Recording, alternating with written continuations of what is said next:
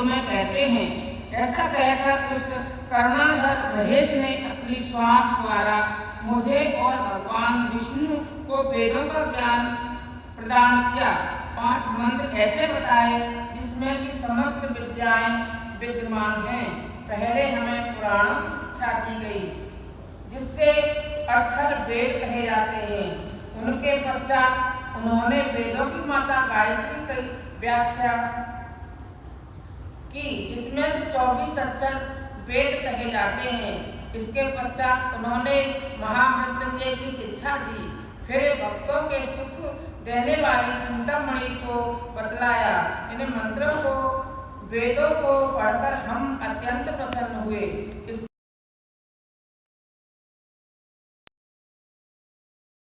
और वह आनंद प्राप्त हुआ जो कि कहा नहीं जा सकता।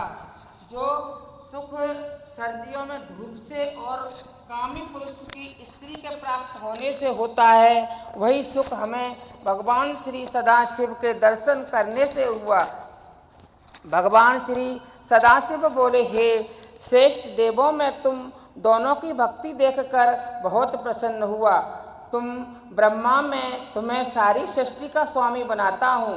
तुम प्राणियों की सृष्टि करो और हे विष्णु तुम सृष्टि का पालन करो और वेदों को देखकर मुझे पहचानो और उचित रीत से अपने अपने कामों को करो। वेद को मेरा रूप तथा वाक्यों को मेरी आज्ञा जानो। भगवान श्री सदाशिव की बात सुनकर हम लोगों ने कहा, प्रभु आप संसार में अवतार धारण करके हमारी सहायता करें, हमें पूजन इत्यादि की विधि बताएं। हम लोगों की प्रार्थना सुनकर भगवान सदाशिव ने प्रसन्न होकर कहा, हर प्रकार की चिंता को त्याग कर तुम स्वयं सुख भोगते हुए संसार को सुखी बनाओ। तुमने मेरा जो स्वरूप देखा है उसकी पूजा करो, उससे तुमको सुख की प्राप्ति होगी। इस समय जैसे मेरे लिंग रूप के पूजन से तुम लोगों का दुख दूर हुआ है, इसी प्रकार दुखी प्राणी मेरे लिंग रूप द्वारा मेरा पूजन करके अपने दुखों को दूर कर सकते हैं। लिंग के अर्थ है संसार के लय होने का स्थान। जब भी तुम्हें किसी प्रकार का कष्ट हो तुम मेरे इस लिंग रूप की पूजा करना। मेरे पूजा करने वाले के सभी कष्ट दूर हो जाते हैं। समय आने पर मैं भी तुम्हारे संसार में प्रकट रहूँगा। मेरा नाम उस समय रुद्र अवतार होगा। मुझसे और रुद्र में भेद न जानना। सारी सृष्टि में मुझे व्यापक समझना।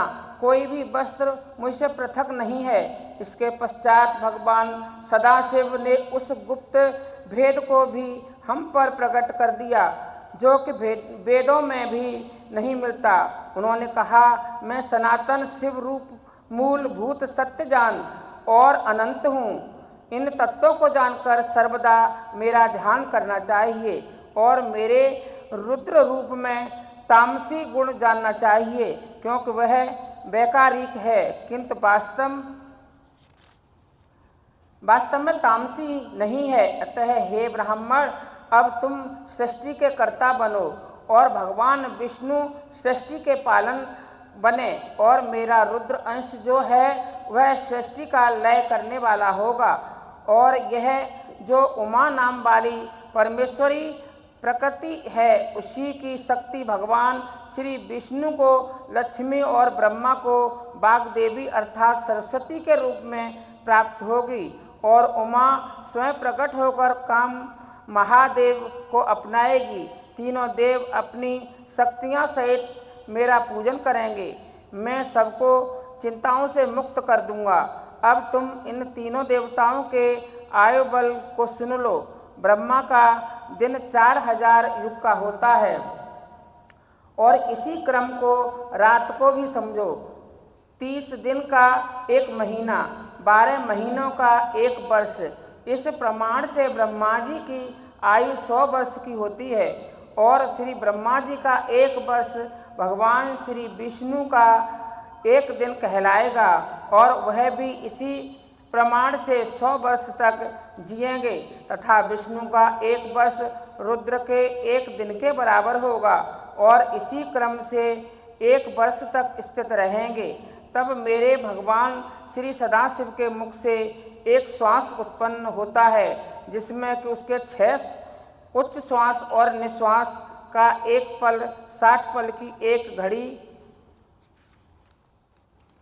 और 60 घड़ी का एक दिन रात होता है। मेरे भगवान सदाशिव के उच्च श्वास निश्वास अर्थात भीतर बाहर श्वास लेने की संख्या नहीं है, इसी कारण शिव का उत्थान अक्षय है। ऐसा कहकर भगवान श्री सदाशिव ने हमारे सिर पर हाथ फेरा और अंतर ध्यान हो गए। वो शंकर भगवान की जय। 9वां अध्याय।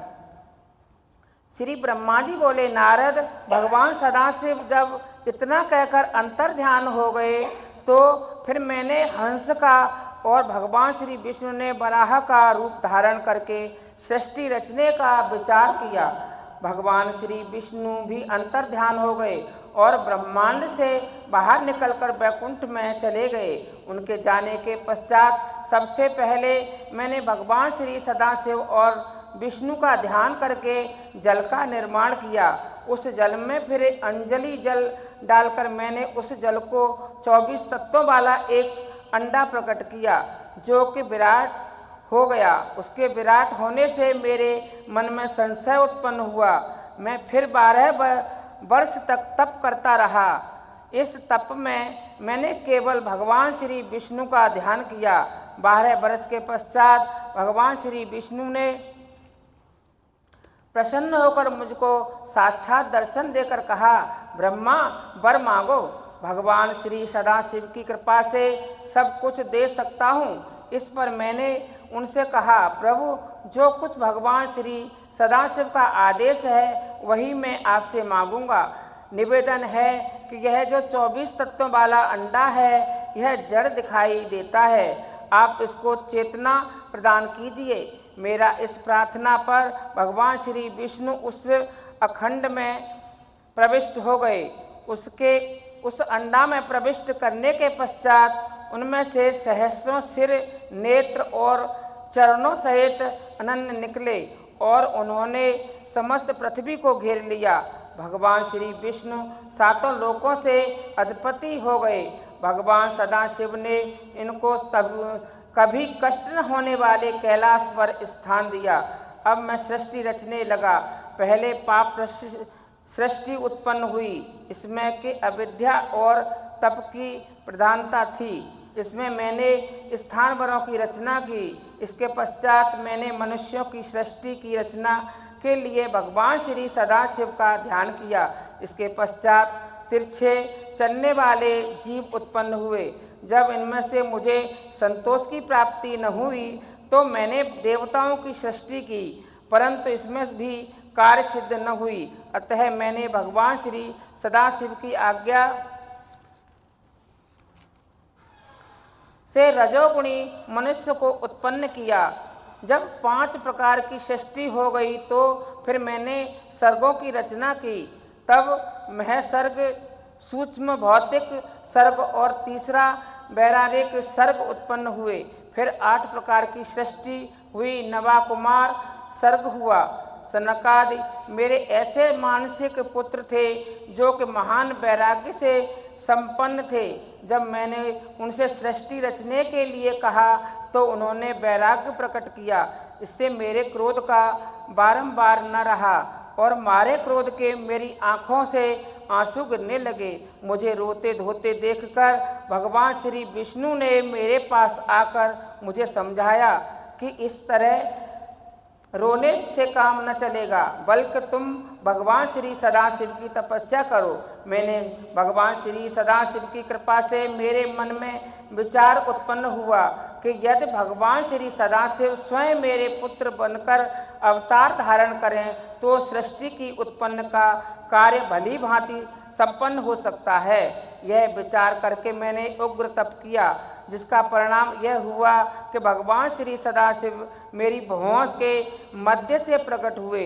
उनके मस्तक में गंगा का ध्यान तथा धारा जटाओं शोभा पा रही थीं। भाल में त्रिपुंड धारण किए हुए थे। उनके 5 मुख और 4 हाथ थे।